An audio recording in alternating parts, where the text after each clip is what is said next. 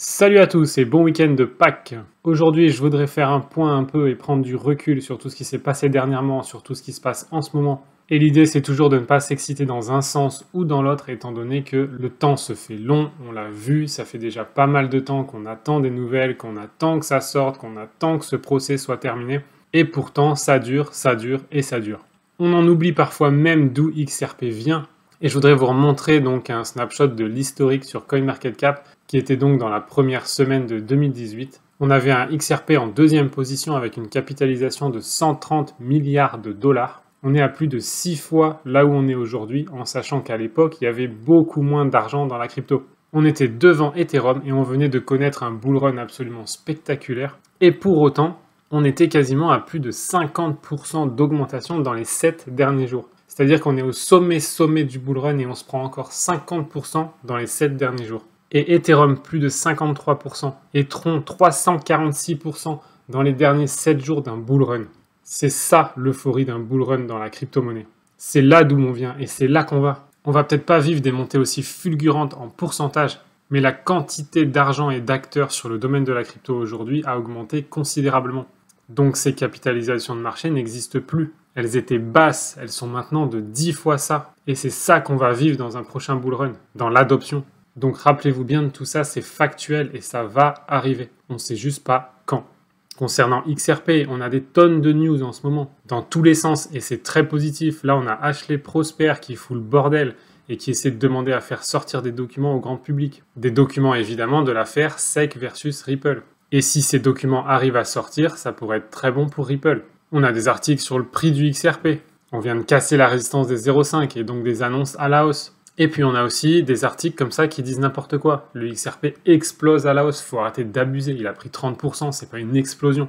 En crypto, une explosion, c'est au moins x2, x4. Là, on parle juste d'une petite hausse liée à l'actualité. Donc là aussi, il faut arrêter de se pignoler sur des titres comme ça. Mais on s'en fout parce que pour le grand public, ces titres sont là dans des journaux publics. On a ce genre d'article aussi qui essaie de voir qui sont les grands gagnants du mois de mars. Et il se trouve que le grand gagnant du mois de mars 2023, c'est XRP. Alors qu'on approche d'une résolution, d'un changement de système et de l'adoption massive. Et puis on a John Deaton qui annonce que le procès et le verdict pourraient être donnés avant le 6 mai, ou en tout cas jusqu'au 6 mai inclus. Mais faites attention à ne pas perdre trop de temps avec tout ça. Ça fait plusieurs années qu'on nous annonce de partout des dates de fin de procès, des dates d'explosion du prix du XRP, et ça fait plusieurs années qu'il ne se passe rien.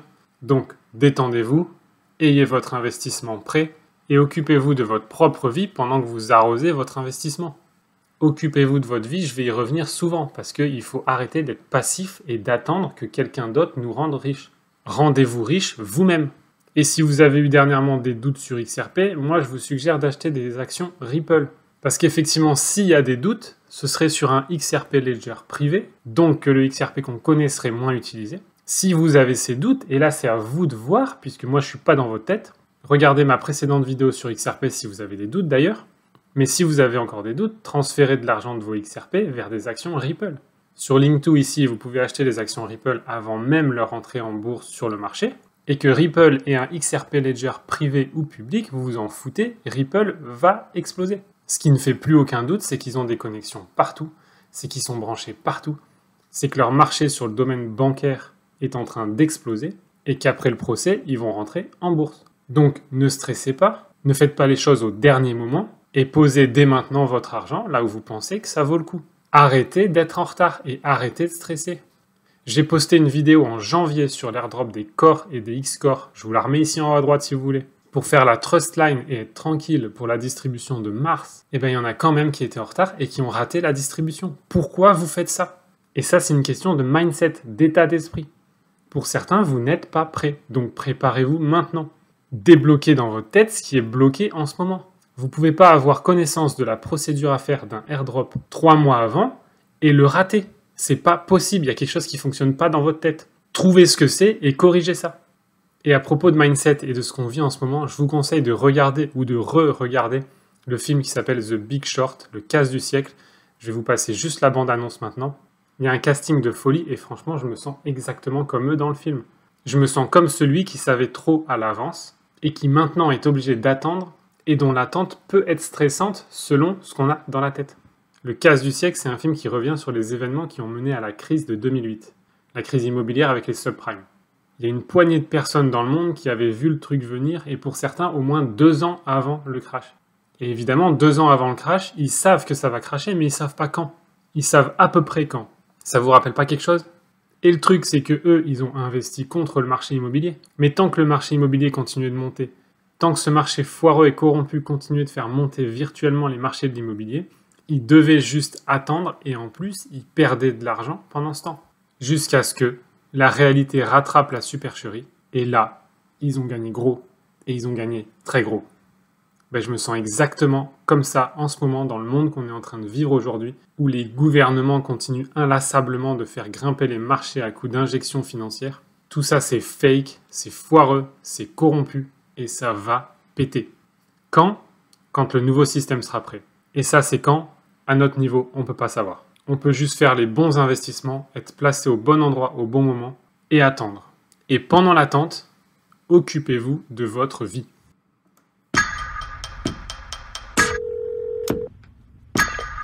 Michael, how are you? I found something really interesting. The whole housing market is propped up on these bad loans. They will fail. The housing market is rock solid.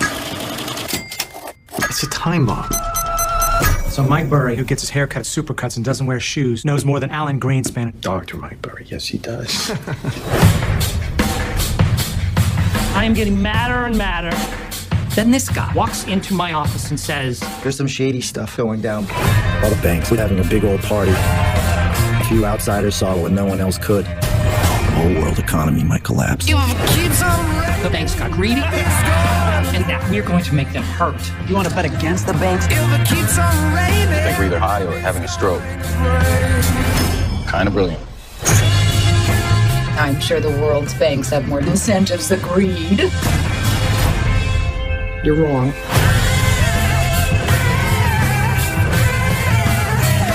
This thing's hitting Europe. Greece and Iceland are finished. Spain is teetering. If you're wrong, you can lose it all." Okay, here we go.